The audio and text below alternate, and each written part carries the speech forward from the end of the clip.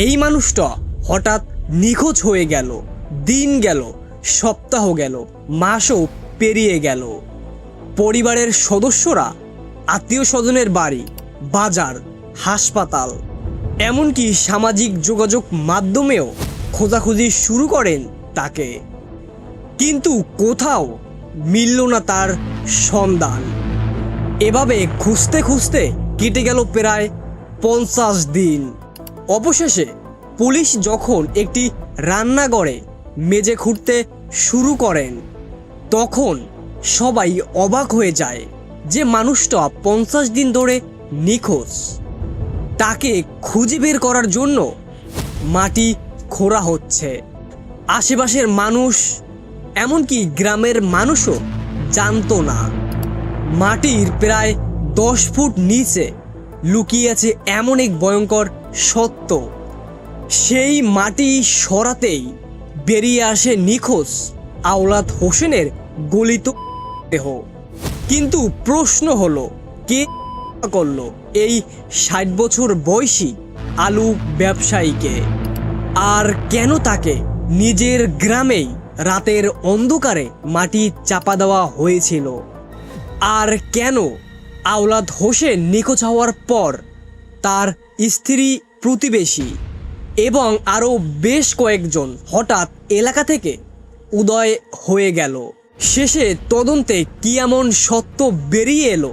Police সরাসরি বলছে এই ভয়ঙ্কর নৃশংস পিছনে ছিল সম্পত্তির লোভ, পারিবারিক দ্বন্দ্ব এবং এক সুপরিকল্পিত ষড়যন্ত্র। আজকের ভিডিওতে আমরা আলোচনা করব মুন্সিগঞ্জের সিরাজদি খানের ব্যাপক আলোচিত আওলাদ হোসেনের রহস্য নিয়ে। আসসালামু আলাইকুম, আমি আছি আপনাদের সাথে তাজুল। ভিডিওতে একটা করে লাইক করে দিন, আর অবশ্যই ভিডিওটা কোন জেলা থেকে দেখছেন তা কমেন্টে জানান।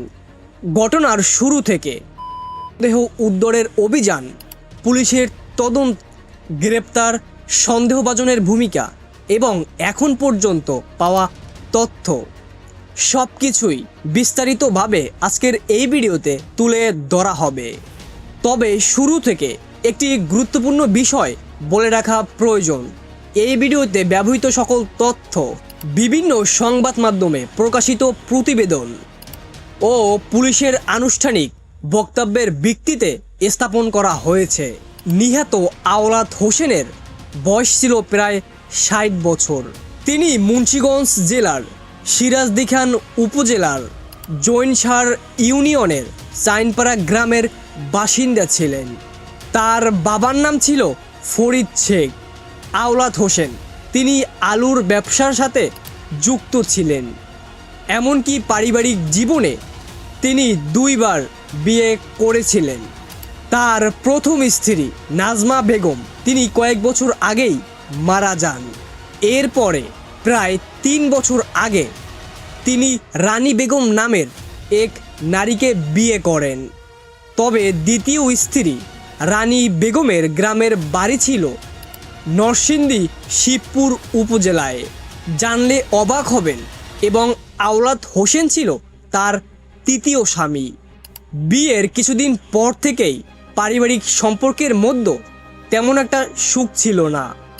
পুলিশের প্রাথমিক তদন্ত অনুযায়ী দ্বিতীয় স্ত্রী রানী বেগম সম্পত্তি নিজের নামে লিখে দেওয়া নিয়ে দীর্ঘদিন ধরে তার স্বামীকে চাপ দিতে থাকে। আর এদিকে স্বামী আওলাদ হোসেন, তিনি জমি লিখে দিতে মোটেও রাজি নয়। এই বিষয়টি নিয়ে দীর্ঘদিন ধরে তাদের ভিতরে বিরোধ চলছিল। হয়তো আওলাদ হোসেন কখনো ভাবতেও পারেনি তার স্ত্রী এই সম্পত্তির জন্যই তাকে খুন করবে। তবে এই পারিবারিক বিরোধ শেষ পর্যন্ত একটা ভয়ঙ্কর হত্যাকাণ্ডের রূপ নেবে তা কেউই কখনো কল্পনাও করতে পারেনি। 2026 সালের 9 মে আওলাদ হোসেন একটি স্বাভাবিক দিন পার করেছিলেন। সেদিনের পর থেকেই আর কোথাও আওলাদ হোসেনকে খুঁজে পাওয়া যাচ্ছিল না। পরিবারের সদস্যরা প্রথমে ভেবেছিলেন হয়তো কোনো কাজের উদ্দেশ্যে বাহিরে গেছেন, কিন্তু এভাবে বেশ কয়েকদিন কেটে যায়। কিন্তু তারপরেও কোনো সন্ধান পায়নি তার পরিবার। কিন্তু এভাবে বেশ কয়েকদিন কেটে যায়। ঠিক তখনও পরিবার আওলাদ হোসেনের কোনো সন্ধান পাচ্ছিল না। এরপর সময় যত গড়াতে থাকে আর পরিবারের উদ্বেগও তত বাড়তে থাকে। এক পর্যায়ে পরিবারের বাকি সদস্যরা দিশেহারা হয়ে যায়। আত্মীয় স্বজনের বাড়ি এবং পরিচিতজনদের বাড়ি, এমনকি বিভিন্ন জায়গায় খোঁজাখুঁজি শুরু করে। পরিবারের কাছে আর শেষে কোনো জায়গায় খোঁজার বাকি ছিল না। এমনকি সামাজিক যোগাযোগ মাধ্যমে নিখোঁজ হওয়া ব্যক্তিটিকেও ছড়িয়ে দেওয়া হয়, যাতে কেউ সন্ধান পেলে সেটাও জানতে পারে। কোনো কিছুতেই পরিবার তার যেন কোনো সন্ধানই পাচ্ছিল না। এক পর্যায়ে পরিবেশ জটিল হয়ে ওঠে। পরিবারের পক্ষ থেকে থানায় অভিযোগ করা হয়। বিভিন্ন প্রতিবেদনে জিডি ও মামলার তারিখ নিয়ে বেশ কিছু পার্থক্য থাকলেও নিশ্চিতভাবে জানা যায়, নিখোঁজ হওয়ার পর নিহতের ভাই পুলিশের কাছে অভিযোগ দায়ের করেন। শেষে বিষয়টি গভীরভাবে পুলিশ তদন্ত করে। পরবর্তীতে পরিবারের সন্দেহ বাড়তে থাকে। শেষে অপহরণের মামলাও করা হয়। তখনও কেউ কল্পনাও করেনি যাকে নিয়ে এত খোঁজাখুঁজি। পরিবারের সবাই খুঁজতে ব্যস্ত, সাথে পুলিশ।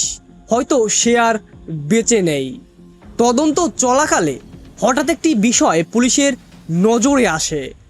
নিখোঁজ হওয়া ঘটনার পর কয়েকজন গুরুত্বপূর্ণ ব্যক্তি এলাকা থেকে উধাও হয়ে যায়। তাদের মধ্যে একজন ছিল আওলাদ হোসেনের দ্বিতীয় স্ত্রী রানী বেগম, প্রতিবেশী মানিক ব্যাপারী এবং সাইফুল ইসলাম নামে এক ব্যক্তি। এই সময় তাদের নিখোঁজ হয়ে যাওয়ার ব্যাপারটা তদন্তকারীদের কাছে ব্যাপক সন্দেহজনক মনে হয়। এবার পুলিশের মূল টার্গেট গিয়ে পড়ে উধাও হওয়া স্ত্রী রানী বেগমের উপর। এরপর পুলিশ তথ্য প্রযুক্তির সহায়তায় তাদের গতিবিধি অনুসরণ করতে শুরু করে। এরপর পুলিশের তদন্ত মোড় নিতে থাকে এক নতুন দিকে। দীর্ঘ তদন্তের পর এক পর্যায়ে পুলিশ ঢাকার সাভার একটি গরুর ফার্ম থেকে প্রতিবেশী সাইফুল ইসলামকে আটক করা হয়। এরপর পুলিশ গভীর জিজ্ঞাসাবাদ শুরু করেন এবং তিনিও গুরুত্বপূর্ণ তথ্য দেন। আর এটাও বলেন নিখোঁজ হওয়া আওলাদ হোসেন তিনি কোথায় আছেন।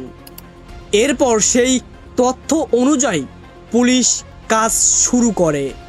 আওলাদ হোসেনকে হত্যা করার পর তার মরদেহ গ্রামের একটি রান্নাঘরে মেঝের নিচে তাকে পুঁতে রাখা হয়েছিল। জানলে অবাক হবেন, এই তথ্য পুলিশ প্রথমে পেয়েছিল অভিযুক্ত সাইফুল ইসলামের কাছ থেকে। এই তথ্য পাওয়ার পরেই পুলিশ অভিযান চালায়। মঙ্গলবার গভীর রাতে সাইনপাড়া গ্রামে একটি গবাদি পশুর ফার্ম সংলগ্ন রান্নাঘরের পাশে খনন কাজ শুরু হয়। কিছুক্ষণ পর মাটি সরিয়ে উদ্ধার করা হয় নিখোঁজ হওয়া সেই মানুষটার অর্ধগলিত দেহ। মাটির প্রায় 8 থেকে 10 ফুট নিচে পুঁতে রাখা হয়েছিল ওই মরদেহটি।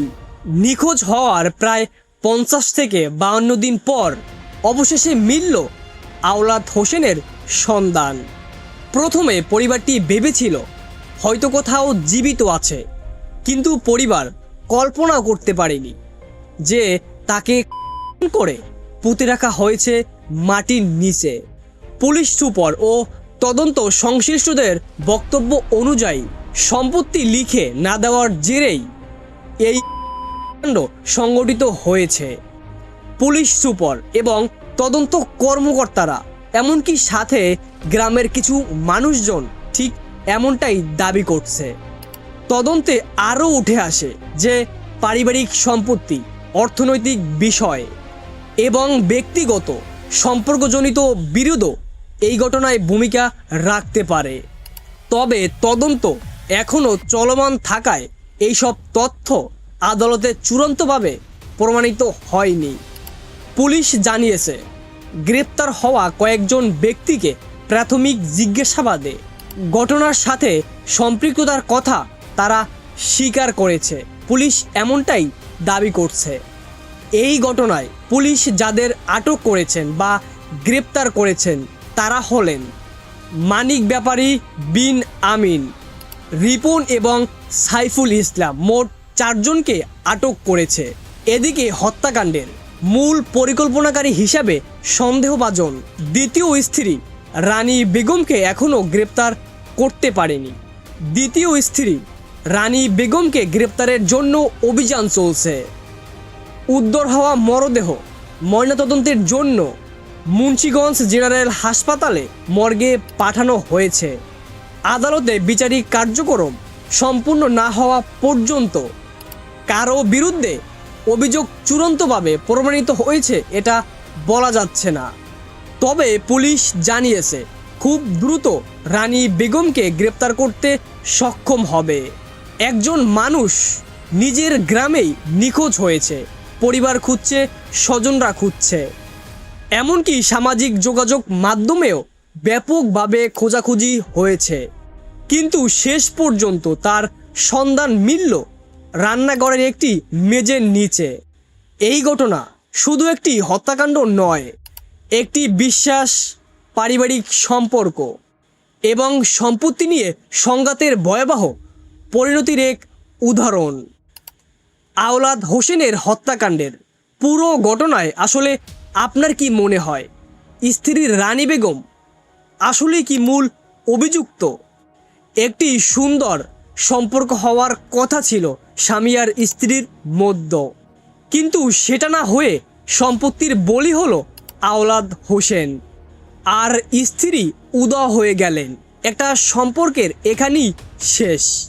আপনি যদি স্ত্রী রানী বেগমের ফাঁসি চান তাহলে কমেন্টে জানান ফাঁসি চাই, যাতে এই ঘটনা দেশে আর একটাও না ঘটে। ধন্যবাদ সবাইকে। সবাই ভালো থাকবেন, সুস্থ থাকবেন, নিজের খেয়াল রাখবেন আর অবশ্যই সতর্ক থাকবেন। আল্লাহ হাফেজ।